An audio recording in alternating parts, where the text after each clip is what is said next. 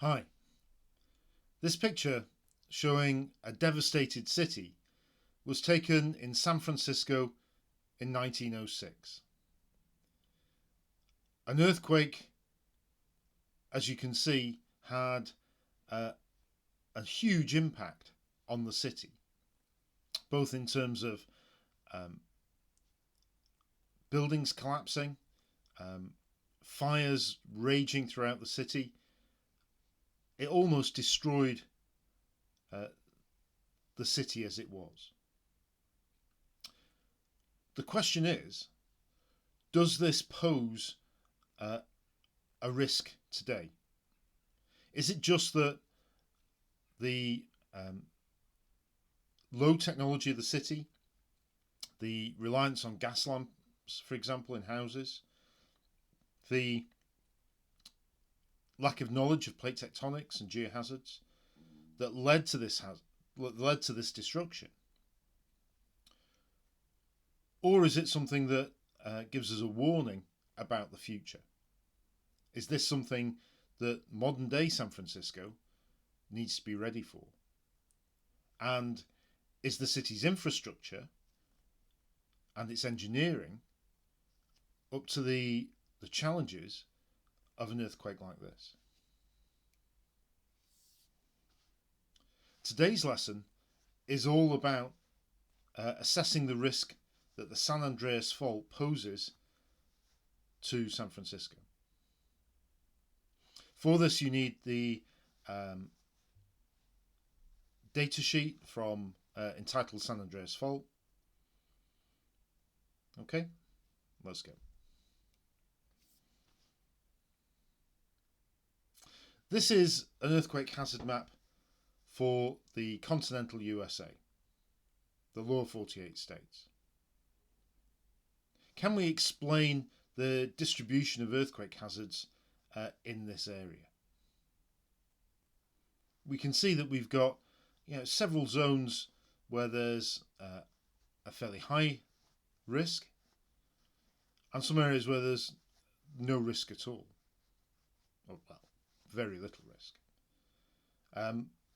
The Midwest, for example, states like Minnesota and the Dakotas, Iowa, Michigan, Wisconsin, those states have a very, very low risk from earthquake hazards. They're on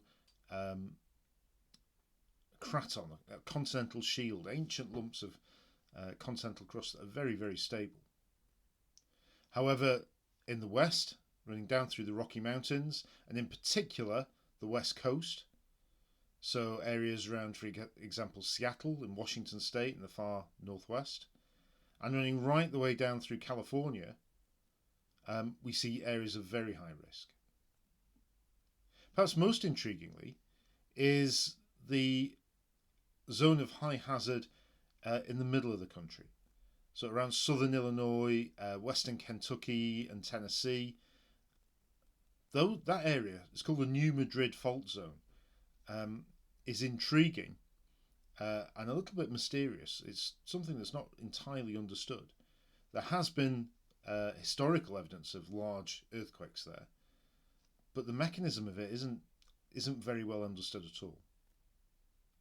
But I don't want to focus on that. I want us to look at California, and in particular, I want us to assess the earthquake geohazards for San Francisco.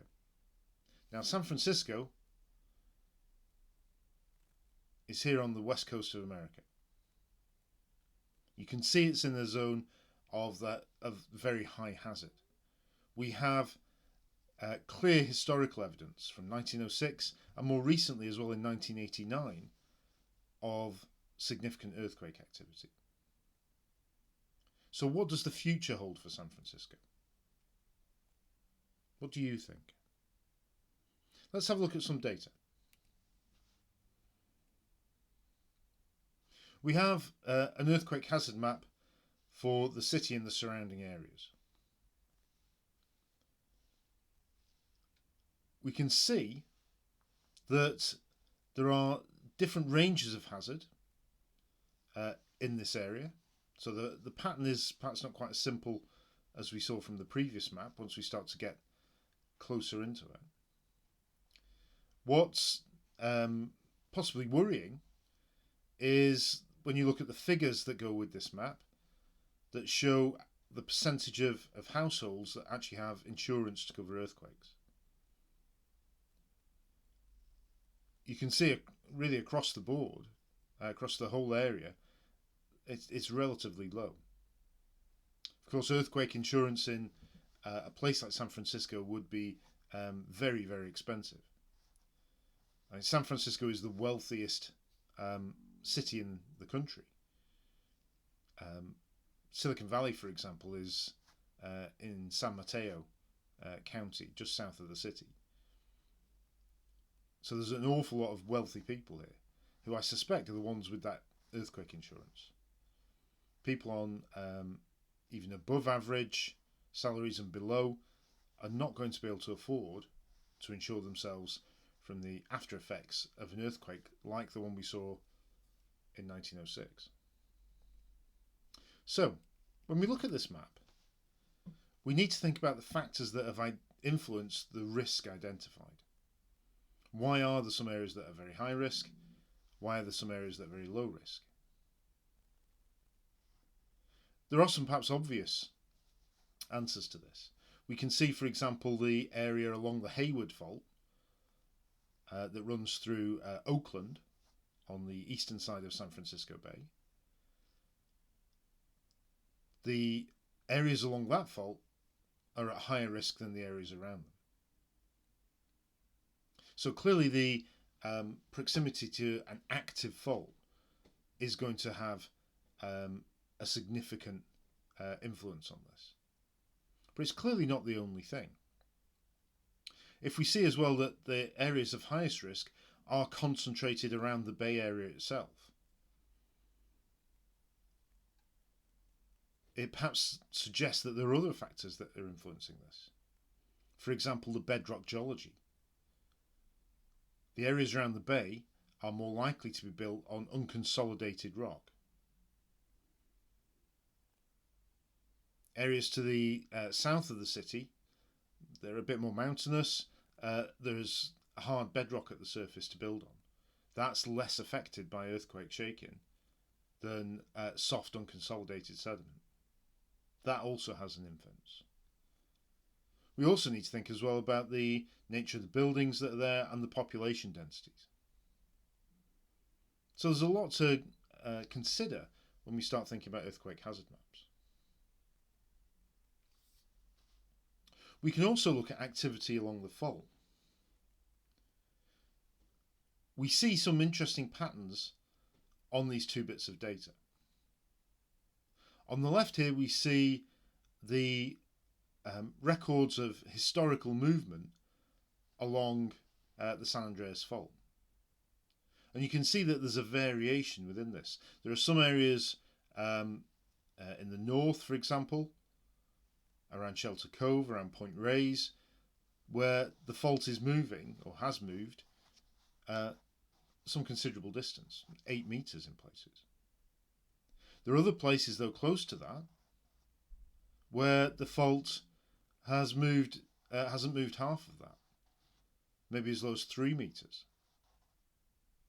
Now, clearly, if we've got differences in the amount of movement along the fault, that's going to be building stress in places. Where do you think the stress is going to be building? With the highest movement or the areas with the lowest movement? If we look at the data on the right here, this data shows the historical pattern of earthquakes along the San Andreas Fault. It's done as a timeline, and it goes back really as far back as the fairly recent history of California goes.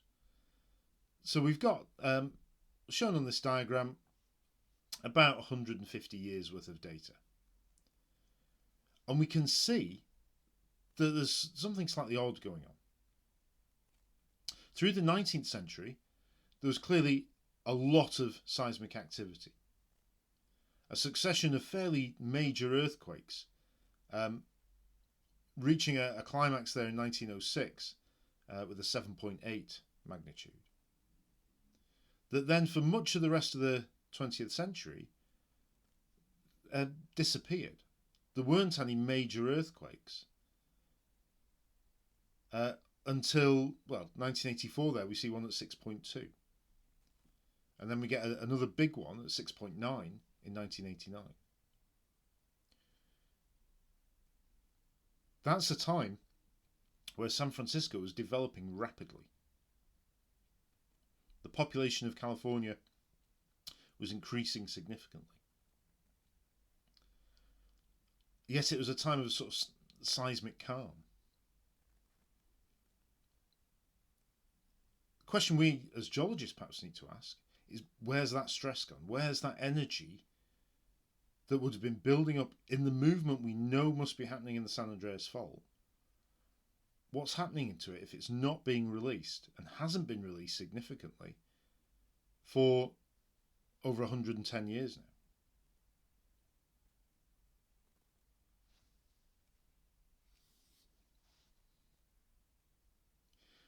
The USGS and the California Geological Survey are very aware of this seismic gap. There's a prediction that was made back in 1994 of a 70% chance of a large earthquake in the San Francisco Bay Area before 2030. We're now looking back with 25 or more years of retrospect on that, and that hasn't happened yet.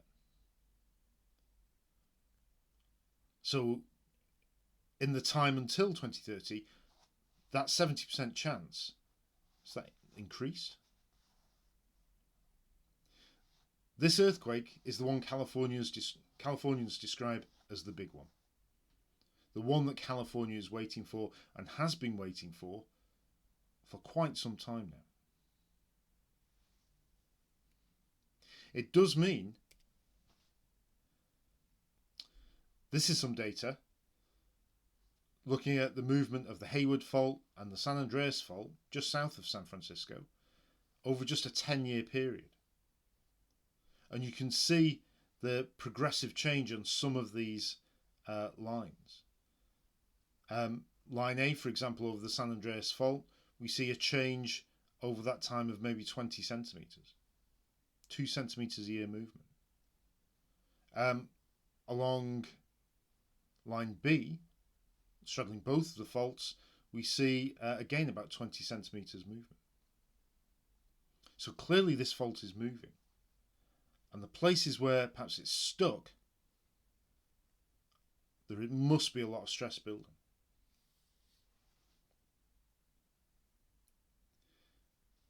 Now, preparing for the big one is a challenge, even for somewhere as wealthy as California, even the wealthiest part of California in San Francisco. There's a huge amount of effort put into educating people, preparing people for this, getting them to learn duck cover and hold, using practice exercises like the California Shakeout. But there's still challenges in that. Is there enough money been spent? Is there enough understood about it? Watch these two linked videos to see what California is doing and to evaluate how effective it is. So, as we watch the sunset over the Golden Gate Bridge, this is an area with a time bomb ticking underneath it. There will be a big earthquake in California. It's inevitable. The geology tells us so, the history tells us so, it will happen. The question is, how well prepared is the place, is the infrastructure, and is the people?